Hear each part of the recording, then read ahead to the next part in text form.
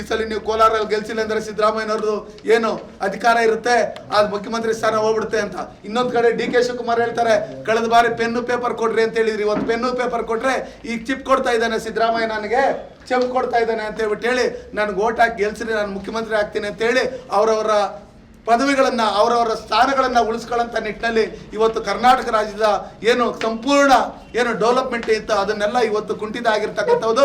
ಒಂದೇ 1 ಕಿಲೋಮೀಟರ್ ರಸ್ತೆಯನ್ನು ಇವರು ಇವತ್ತು ನಮ್ಮ ಕರ್ನಾಟಕ ರಾಜ್ಯದಲ್ಲಿ ಮಾಡಿಲ್ಲ. ಹಂಗಿರ್ತಕ್ಕಂಥ ಸಂದರ್ಭದಲ್ಲಿ ನಮ್ಮ ಡಿ ಕೆ ಶಿವಕುಮಾರ್ ಅವರು ಹೇಳಿದ್ರು, ನಿನ್ನ 3 ವರ್ಷ ಯಾವುದೇ ಡೆವಲಪ್ಮೆಂಟ್ ಕೆಲಸ ಮಾಡೋಕೋಬೇಡಿ, ಈ ಡೆವಲಪ್ಮೆಂಟ್ ಕೆಲಸ ಏನಿದೆ ಅದನ್ನೆಲ್ಲ ನಾವು ಈ ಗ್ಯಾರಂಟಿಗಳು ಕೊಡೋಕ್ಕೆ ನಮ್ಮ ಹತ್ರ ಹಣ ಇಲ್ಲ ಅಂತ ಹೇಳ್ಬಿಟ್ಟು ಹೇಳಿ ಇವತ್ತು ಕರ್ನಾಟಕ ಜನಕ್ಕೆ ದೊಡ್ಡ ಚೆಂಬು ಮತ್ತು ಚಿಪ್ಪು ಕೊಟ್ಟಿರ್ತಕ್ಕಂಥವ್ರು ಇವರು.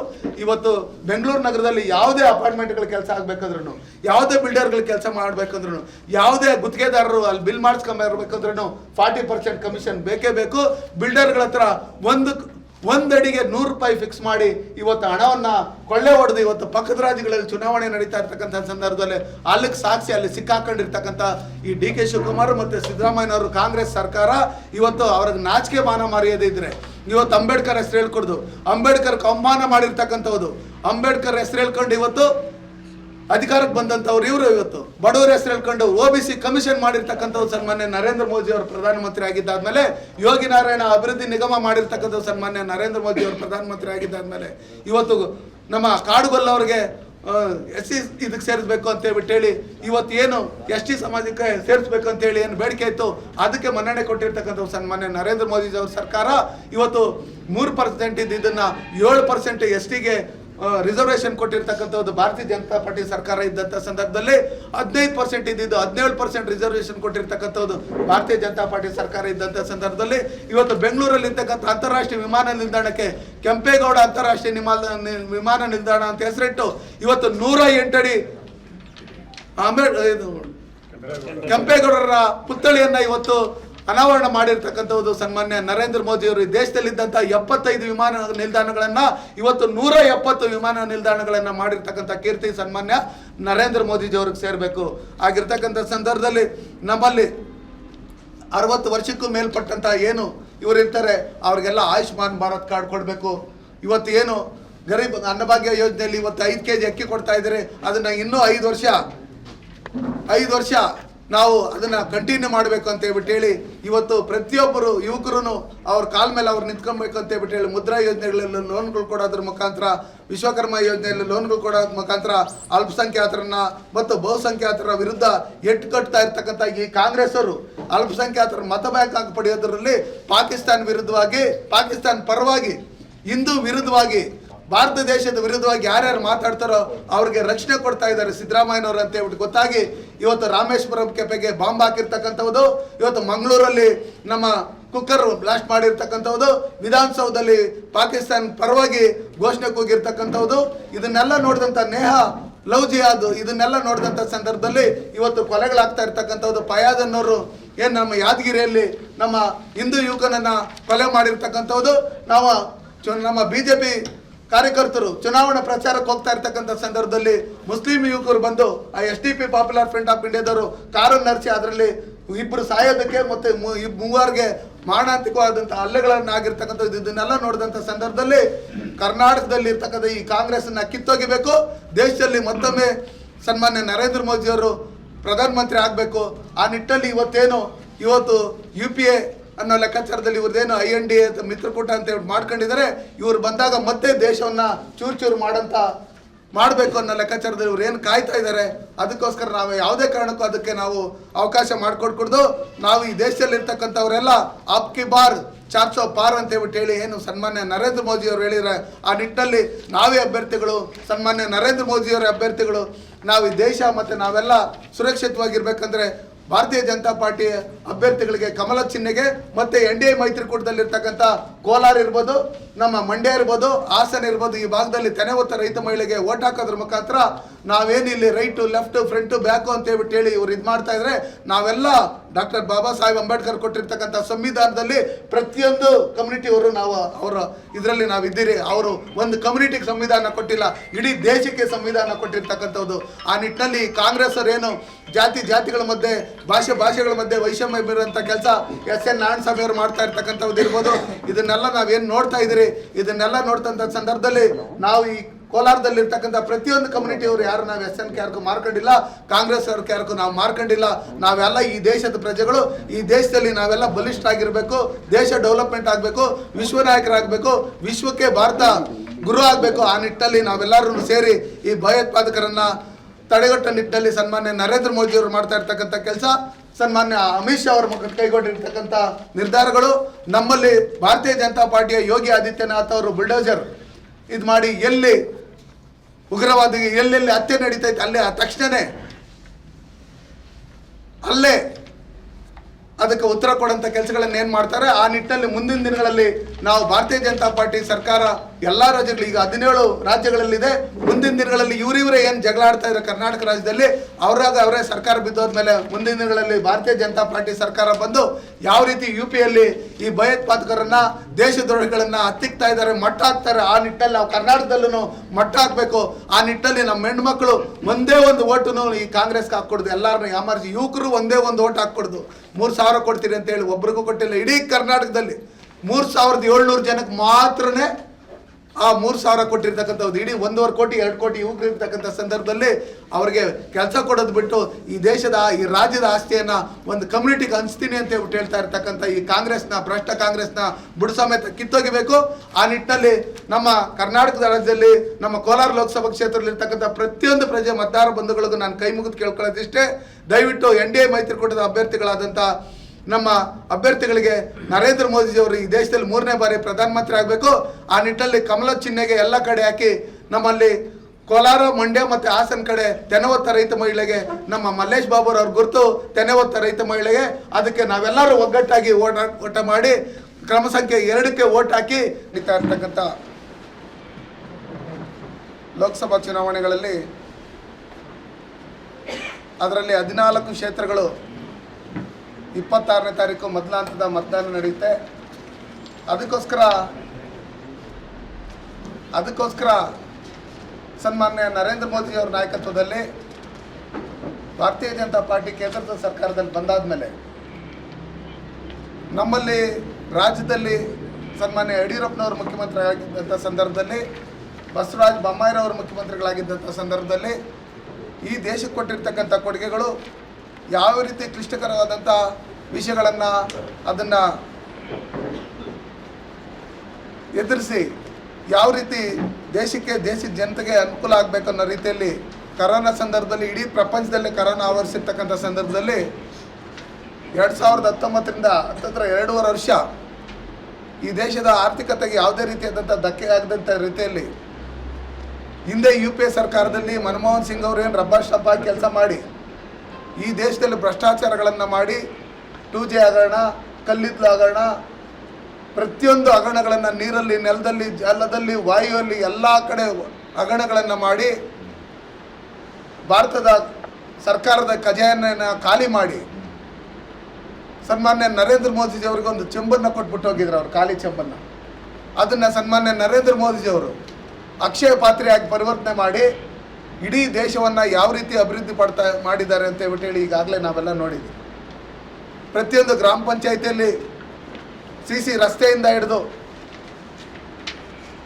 CC ಡ್ರೈನೇಜಿಂದ ಹಿಡಿದು ಸ್ವಚ್ಛ ಭಾರತ್ ಮಿಷನಲ್ಲಿ ಟಾಯ್ಲೆಟ್ಗಳಿಂದ ಹಿಡಿದು ಇವತ್ತು ಆಯುಷ್ಮಾನ್ ಭಾರತ್ ಕಾರ್ಡ್ ಇರ್ಬೋದು, ಕಿಸಾನ್ ಸನ್ಮಾನ್ ಯೋಜನೆ ಇರ್ಬೋದು, ಮುದ್ರಾ ಯೋಜನೆ ಇರ್ಬೋದು, ಪ್ರಧಾನಮಂತ್ರಿ ಸ್ವನಿಧಿ ಯೋಜನೆ ಇರ್ಬೋದು, ಮತ್ತು ವಿಶ್ವಕರ್ಮ ಯೋಜನೆ ಇರ್ಬೋದು, ಉಜ್ವಲ ಯೋಜನೆಯಲ್ಲಿ ಫ್ರೀ ಗ್ಯಾಸ್ ಕೊಟ್ಟಿರ್ತಕ್ಕಂಥದ್ದು ಇರ್ಬೋದು, ಪ್ರಧಾನಮಂತ್ರಿ ಗ್ರಾಮ ಸಡಕ್ ಯೋಜನೆಯಲ್ಲಿ ರಸ್ತೆಗಳನ್ನು ಡೆವಲಪ್ಮೆಂಟ್ ಮಾಡಿರ್ತಕ್ಕಂಥದ್ದು ಇರ್ಬೋದು, ಪ್ರವಾಸೋದ್ಯಮ ಇಲಾಖೆಯಲ್ಲಿ ನಮ್ಮ ಕೋಲಾರ ಲೋಕಸಭಾ ಕ್ಷೇತ್ರದಲ್ಲಿ ಇಡೀ ದೇಶದಲ್ಲಿರ್ತಕ್ಕಂಥ ಐತಿಹಾಸಿಕ ಸ್ಥಳಗಳನ್ನು ಗುರುತಿಸಿ ಅದನ್ನು ಡೆವಲಪ್ಮೆಂಟ್ ಮಾಡಿರ್ತಕ್ಕಂಥದ್ದು ಇರ್ಬೋದು, ನಮ್ಮ ಕೋಲಾರಲ್ಲೂ ಕೋಲಾರಮ್ಮ, ರಾಮಲಿಂಗೇಶ್ವರ ಮತ್ತು ಸೋಮೇಶ್ವರ ದೇವಸ್ಥಾನಗಳನ್ನು ಮತ್ತು ಮಾರ್ಕಂಡೇಶ್ವರ ಮತ್ತು ಅಂತರ್ಗಂಗೆ ದೇವಸ್ಥಾನಗಳನ್ನು ಡೆವಲಪ್ಮೆಂಟ್ ಮಾಡಿರ್ತಕ್ಕಂಥದ್ದು ಇರ್ಬೋದು, ಮತ್ತು ನ್ಯಾಷನಲ್ ಹೈವೇ ಏನು ಚೆನ್ನೈ ಎಕ್ಸ್ಪ್ರೆಸ್ ಕಾರಿಡಾರ್ ರಸ್ತೆ ಇರ್ಬೋದು, STR ರಸ್ತೆ ಇರ್ಬೋದು, ಇವತ್ತು ಇದೇನು NH 75 ಇದೆ ಅದನ್ನು 4 ಪಥದ ರಸ್ತೆಯನ್ನು 6 ಪಥದ ರಸ್ತೆ ಮಾಡೋ ನಿಟ್ಟಿನಲ್ಲಿ ಇವತ್ತೇನು ಫ್ಲೇವರ್ಗಳ ಕೆಲಸ ನಡೀತಾ ಇದೆ ಅದಕ್ಕೆ ಹಣ ಕೊಟ್ಟಿರ್ತಕ್ಕಂಥದ್ದು ಇರ್ಬೋದು. ಇದನ್ನೆಲ್ಲ ನೋಡಿದಂಥ ಸಂದರ್ಭದಲ್ಲಿ ಚಿಂತಾಮಣಿ ಮತ್ತು ಶಿಡ್ಲಘಟ್ಟ ಮತ್ತು ಶ್ರೀನಿವಾಸಪುರ ಈ ಭಾಗದಲ್ಲಿ ಬೈಪಾಸ್ ರೋಡ್ಗಳನ್ನು ಕೊಟ್ಟಿರ್ತಕ್ಕಂಥದ್ದು ಇರ್ಬೋದು, ವಂದೇ ಭಾರತ್ ಟ್ರೈನನ್ನು ಕೊಟ್ಟಿರ್ತಕ್ಕಂಥದ್ದು ಇರ್ಬೋದು, ಮತ್ತು ನಮ್ಮ ರೈಲ್ವೆ ಸ್ಟೇಷನ್ಗಳನ್ನು, Malur railway station hitech railway station ಮಾಡಿರ್ತಕ್ಕಂಥದ್ದು ಇರ್ಬೋದು, Bangarpet railway station hitech railway station ಮಾಡಿರ್ತಕ್ಕಂಥದ್ದು ಇರ್ಬೋದು, ಅಂತಾರಾಜ್ಯ ಏನು ರೈಲ್ವೆ ಮಾರ್ಗ ರೈಲ್ವೆ ಇದನ್ನು ನಮ್ಮ ಕುಪ್ಪಂ ಟು ಮಾರಿಕುಪ್ಪಂಗೆ 200 ಕೋಟಿ ಹಣ ಬಿಡುಗಡೆ ಮಾಡಿ ಅದನ್ನು ಹೊಸದಾಗಿ ಲೈನ್ ಕೆಲಸ ಮಾಡ್ತಾ ಇರ್ತಕ್ಕಂಥದ್ದು ಇರ್ಬೋದು, ಏನು ನಮ್ಮಲ್ಲಿ ಎಲೆಕ್ಟ್ರಿಕ್ ಲೈನನ್ನು ಬಂಗಾರಪೇಟೆಯಿಂದ ಚಿಕ್ಕಬಳ್ಳಾಪುರದವರೆಗೂ ಮಾಡಿರ್ತಕ್ಕಂಥದ್ದು ಇರ್ಬೋದು, ಫ್ಲೈಓವರ್ಗಳು, ಅಂಡರ್ ಪಾಸ್ಗಳು, ಈ ಥರ ಅನೇಕ ಅಭಿವೃದ್ಧಿ ಕೆಲಸಗಳನ್ನು ಮಾಡಿ ಇವತ್ತು ನಮ್ಮ ಜನರಿಗೆ ಪ್ರಧಾನಮಂತ್ರಿ ಗರೀಬ್ ಕಲ್ಯಾಣ ಯೋಜನೆಯಲ್ಲಿ ಅಕ್ಕಿ ಫ್ರೀಯಾಗಿ ಕೊಡ್ತಾ ಇರ್ತಕ್ಕಂಥದ್ದು ಇರ್ಬೋದು. ನಮ್ಮಲ್ಲಿ ಇವತ್ತು ಕರೋಡ್ಪತಿ ದೀದಿಯನ್ನು ಲಖಪತಿ ದೀದಿ ಅನ್ನೋ ನಿಟ್ಟಿನಲ್ಲಿ 1 ಕೋಟಿ ಮಹಿಳೆಯರಿಗೆ ಉಚಿತವಾಗಿ ಯಾವುದೇ ಶೂಟ್ ಇಲ್ದಿರ ಹಣ ಕೊಡೋಂಥದ್ದು ಇರ್ಬೋದು, ಅದನ್ನು 10 ಕೋಟಿ ಮಹಿಳೆಯರಿಗೆ ಕೊಡೋಂಥ ಸ್ಕೀಮನ್ನು ತಂದಿರ್ತಕ್ಕಂಥದ್ದು ಇರ್ಬೋದು. ಬಡವರಿಗೆ ಉಚಿತವಾಗಿ ನಾವು ಕರೆಂಟ್ ಕೊಡಬೇಕಂತ ಹೇಳಿ ಎಲ್ಲರಿಗೂ ನಮ್ಮ ಏನು ಸೋಲಾರ್ ಕರೆಂಟನ್ನು ಕೊಡೋದಕ್ಕೆ ಈಗ ನಾವು ಸನ್ಮಾನ್ಯ ನರೇಂದ್ರ ಮೋದಿಯವರು ಕೈಗೆತ್ಕೊಂಡಿರ್ತಕ್ಕಂಥ ಕಾರ್ಯಕ್ರಮಗಳಿರ್ಬೋದು. ಅದ್ರ ಜೊತೆಯಲ್ಲಿ ಸನ್ಮಾನ್ಯ ನರೇಂದ್ರ ಮೋದಿಯವರು ಸಬ್ಕಾ ಸಾಥ್ ಸಬ್ಕಾ ವಿಕಾಸ್ ಸಬ್ಕಾ ವಿಶ್ವಾಸ್ ಅಂತ ಹೇಳ್ಬಿಟ್ಟು ಸಬ್ಕಾ ಪ್ರಯಾಸ್ ಅಂತ ಹೇಳ್ಬಿಟ್ಟು ಮೂಲ ಮಂತ್ರದೊಂದಿಗೆ ಸನ್ಮಾನ್ಯ ನರೇಂದ್ರ ಮೋದಿಯವರು ಅಂಬೇಡ್ಕರ್ ಕೊಟ್ಟಿರ್ತಕ್ಕಂಥ ಸಂವಿಧಾನವನ್ನು ಇಡೀ ಪ್ರಪಂಚದಲ್ಲಿ ನಮ್ಮ ಭಗವದ್ಗೀತೆಗಿಂತ ಪವಿತ್ರವಾದಂಥ ಗ್ರಂಥ ಇದು ಸಂವಿಧಾನ.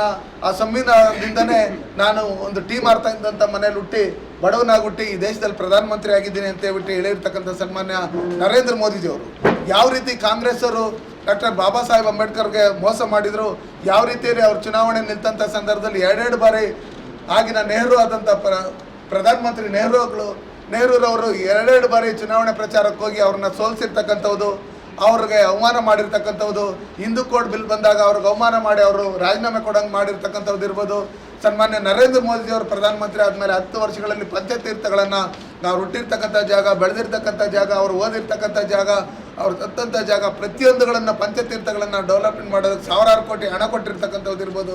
ಇದನ್ನೆಲ್ಲ ನೋಡಿದಾಗ ಸನ್ಮಾನ್ಯ ನರೇಂದ್ರ ಮೋದಿಯವರ ನಾಯಕತ್ವದಲ್ಲಿ ಭಾರತೀಯ ಜನತಾ ಪಾರ್ಟಿ ಸರ್ಕಾರ ಅಧಿಕಾರಕ್ಕೆ ಬಂದ ಮೇಲೆ ಭ್ರಷ್ಟಾಚಾರದ ವಿರುದ್ಧ ಮಹಾ ಸಮರವನ್ನೇ ಸಾರಿ ದೇಶದ ಜನತೆ ಜೊತೆಯಲ್ಲಿ ಸಮಾಜ ದ್ರೋಹಿಗಳನ್ನು ಏನು ದೇಶದ್ರೋಹಿಗಳನ್ನು ಹತ್ತಿಕ್ಕಂಥ ನಿಟ್ಟಿನಲ್ಲಿ ನಮ್ಮ ನೇರವಾಗಿ ಯಾವುದೇ ಕಾರ್ಯಕ್ರಮಗಳಿದ್ರೂ ಯಾವುದೇ ಯೋಜನೆಗಳಿದ್ರೂ ನೇರವಾಗಿ ನಮ್ಮ ಫಲಾನುಭವಿಗಳಿಗೆ ಅವರ ಅಕೌಂಟ್ಗಳಿಗೆ ನೇರವಾಗಿ ಹಣ ಕಳಿಸೋದ್ರ ಮುಖಾಂತರ ಇವತ್ತು ಸನ್ಮಾನ್ಯ ನರೇಂದ್ರ ಮೋದಿ ಅವರು ತಗೊಂಡಿರ್ತಕ್ಕಂಥ ಕಾರ್ಯಕ್ರಮಗಳನ್ನು ಇಡೀ ಪ್ರಪಂಚದಲ್ಲಿ ಎಲ್ಲ ದೇಶಗಳವರು ಒಪ್ಕೊಂಡು ಪಾಕಿಸ್ತಾನ ನಮ್ಮ ಶತ್ರು ರಾಷ್ಟ್ರ ಏನಿದೆ ಅವರೂ ಪ್ರಧಾನಮಂತ್ರಿ ನರೇಂದ್ರ ಮೋದಿ ಅಂತವರು ನಮ್ಮ ದೇಶಕ್ಕೆ ಪ್ರಧಾನಮಂತ್ರಿ ಆಗಬೇಕಂತೇಳಿ ಕೇಳ್ಕೊಂಡಿರ್ತಕ್ಕಂಥ ಸಂದರ್ಭದಲ್ಲಿ ಈ ಕರ್ನಾಟಕ ರಾಜ್ಯದಲ್ಲಿರ್ತಕ್ಕಂಥ ಕಾಂಗ್ರೆಸ್ ಸರ್ಕಾರ ಭ್ರಷ್ಟ ಸರ್ಕಾರ ಇವತ್ತು 40% 60% ಅಂತ ಹೇಳಿ ದೇಶದಲ್ಲಿ ಏನು ಸನ್ಮಾನ್ಯ ನರೇಂದ್ರ ಮೋದಿಯವರು ಕರ್ನಾಟಕ ರಾಜ್ಯಕ್ಕೆ 1,82,000 ಕೋಟಿ ಹಣ ಕೊಟ್ಟಿದ್ರೂ 10 ವರ್ಷದಲ್ಲಿ ಹಿಂದೆ UPA ಸರ್ಕಾರದಲ್ಲಿ 62,000 ಕೋಟಿ ಮಾತ್ರ ಹಣ ಕೊಟ್ಟಿತ್ತು ಕರ್ನಾಟಕ ರಾಜ್ಯದ ಡೆವಲಪ್ಮೆಂಟ್ಗೆ. ಅದೇ ರೀತಿಯಲ್ಲಿ ಇವತ್ತು ಚೆಂಬನ್ನು ನೋಡಿಸ್ತಾ ಇದ್ದಾರೆ, ನಮಗೆ ಕರ್ನಾಟಕಕ್ಕೆ ಚೆಂಬು ಕೊಟ್ಟಿದ್ದಾರೆ ಅಂತ ನಾವು ಹೇಳೋಕ್ಕೆ ಇಷ್ಟಪಡ್ತೀರಿ ನಿಮ್ಮ ಮಾಧ್ಯಮದವ್ರ ಮುಖಾಂತರ. ಈ ಕರ್ನಾಟಕ ಜನತೆಗೆ ಸಿದ್ದರಾಮಯ್ಯನವರು ಮುಖ್ಯಮಂತ್ರಿಗಳಾಗಿದ್ದಾದಮೇಲೆ ಇವತ್ತು ಜನರಿಗೆ ನೀರಿಲ್ಲ ಚೆಂಬು ಕೊಟ್ಟಿದ್ದಾರೆ, ಖಾಲಿ ಚೆಂಬು. ಇವತ್ತು ಹೆಣ್ಮಕ್ಳಿಗೆ ಇವತ್ತೇನು ಡಕೋಟಾ ಎಕ್ಸ್ಪ್ರೆಸ್ಗಳನ್ನು ಕೊಟ್ಟು ಚೆಂಬು ಕೊಟ್ಟಿದ್ದಾರೆ. ಅದೇ ರೀತಿಯಲ್ಲಿ ಕರೆಂಟ್ ಇಲ್ಲದೆ ಕತ್ತಲ ಭಾಗ್ಯ ಕೊಟ್ಟು ಚೆಂಬು ಕೊಟ್ಟಿರ್ತಕ್ಕಂಥದ್ದು. ನಮ್ಮ ಯುವಕರಿಗೆ ನಿರುದ್ಯೋಗ ಭತ್ಯೆ ಕೊಡ್ತೀರಿ 3,000 ತಿಂಗಳಿಗೆ ಅಂತೇಳಿ ಅವ್ರ ಕೈಗೆ ಚೆಂಬನ್ನು ಕೊಟ್ಟಿರ್ತಕ್ಕಂಥದ್ದು. ಅಕ್ಕಿ 10 kg ಕೊಡ್ತೀನಿ ಅಂತೇಳಿ ಚೆಂಬನ್ನು ಕೊಟ್ಟಿರ್ತಕ್ಕಂಥದ್ದು. ಬೆಂಗಳೂರಲ್ಲಿರ್ತಕ್ಕಂಥ 1.5 ಕೋಟಿ ಜನಕ್ಕೆ ಕಾವೇರಿ ನೀರು ಕೊಡೋಕ್ಕಾಗದೆ ತಮಿಳ್ನಾಡಿಗೆ ಕೊಟ್ಟು ಇವತ್ತು ಬೆಂಗಳೂರು ಜನತೆಗೆ ದೊಡ್ಡದಾದಂಥ ಚೆಂಬನ್ನು ಕೊಟ್ಟಿರ್ತಕ್ಕಂಥದ್ದು, ಚಿಪ್ಪನ್ನು ಕೊಟ್ಟಿರ್ತಕ್ಕಂಥದ್ದು ಇವತ್ತು ಮೇಲ್ನೋಟಕ್ಕೆ ಗೊತ್ತಾಗ್ತಾ ಇದೆ. ರೈತರ ಪರವಾಗಿ, ನಾವು ಬಡವರ ಪರವಾಗಿ, ದಲಿತರ ಪರವಾಗಿ ಅಂತ ಹೇಳಿದಂಥ ಈ ಕಾಂಗ್ರೆಸ್ ಸರ್ಕಾರ ರೈತರ ಬಜೆಟಲ್ಲಿ ಸುಮಾರು 17% ಕಡಿಮೆ ಮಾಡಿ ಇವತ್ತು ರೈತ ವಿರೋಧಿ ಸರ್ಕಾರ ಅಂತೇಳಿ ಕಾಂಗ್ರೆಸ್ ಅವರು ಅನ್ಸ್ಕೊಂಡಿದ್ದಾರೆ. ಅದೇ ರೀತಿಯಲ್ಲಿ ಬೆಂಗಳೂರು ಡೆವಲಪ್ಮೆಂಟ್ಗೆ ಏನು ವರ್ಷ ಬಜೆಟ್ ಇಡ್ತಾ ಇರೋಲ್ಲ 12% ಕಡಿಮೆ ಮಾಡಿ ಇವತ್ತು ಬೆಂಗಳೂರು ನಗರದಲ್ಲಿರ್ಬೋದು, ಸುತ್ತಮುತ್ತ ನಮ್ಮ ಕರ್ನಾಟಕ ರಾಜ್ಯದಲ್ಲಿರ್ತಕ್ಕಂಥ ಏನು ರಸ್ತೆಗಳಿರ್ತಕ್ಕಂಥ ಗುಂಡಿಗಳನ್ನು ಇವತ್ತು ಮುಚ್ಚಕ್ಕಾಗದಿರೋ ಇವತ್ತು ಜನರಿಗೆ ಆ ಚೆಂಬು ಕೊಟ್ಟಿರ್ತಕ್ಕಂಥದ್ದು. ಇದನ್ನೆಲ್ಲ ನೋಡ್ತಾ ಇರ್ತಕ್ಕಂಥ ಸಂದರ್ಭದಲ್ಲಿ ಇವತ್ತು ದೇಶದಲ್ಲಿ ಇಡೀ ಪ್ರಪಂಚದಲ್ಲಿ ಸನ್ಮಾನ್ಯ ನರೇಂದ್ರ ಮೋದಿ ಅವರು ವಿಶ್ವನಾಯಕರು, ಅವ್ರು 3ನೇ ಬಾರಿ ಈ ದೇಶದ ಪ್ರಧಾನಮಂತ್ರಿ ಆಗಬೇಕು ಅಂತ ಹೇಳಿ ಇವತ್ತು ಎಲ್ಲರೂ ಆಸೆ ಇದೆ. ಅದೇ ರೀತಿಯಲ್ಲಿ ನಮ್ಮ ಸೈನಿಕರಿಗೆ ಸರಿಯಾದಂಥ ರೀತಿಯಲ್ಲಿ ಬುಲೆಟ್ ಪ್ರೂಫ್ ಜಾಕೆಟ್ ಇರಲಿಲ್ಲ, ಅವ್ರಿಗೆ ನಮ್ಮ ಇವತ್ತು ಮಾಡ್ರನ್ ವೆಪನ್ಸು ಇರಲಿಲ್ಲ. ಹಂಗಿರ್ತಕ್ಕಂಥ ಸಂದರ್ಭದಲ್ಲಿ ಸೈನ್ಯನ ಬಲಪಡಿಸ್ಬೇಕು ಅಂತೇಳಿ, ಗಡಿಯನ್ನು ಬಲಪಡಿಸ್ಬೇಕು ಅಂತೇಳಿ, ಗಡಿಯಲ್ಲಿ ಹಿಂದೆ ನಾವೇನು ಶಸ್ತ್ರಾಸ್ತ್ರಗಳು ಯುದ್ಧಗಳು ಮತ್ತೊಂದು ನಡೆಯುವಂಥ ಸಂದರ್ಭದಲ್ಲಿ ನಾವು ಶಸ್ತ್ರಾಸ್ತ್ರಗಳನ್ನು ತಗೊಂಡೋಗೋದಕ್ಕೆ ರಸ್ತೆನೂ ಇರ್ತಾ ಇರಲಿಲ್ಲ.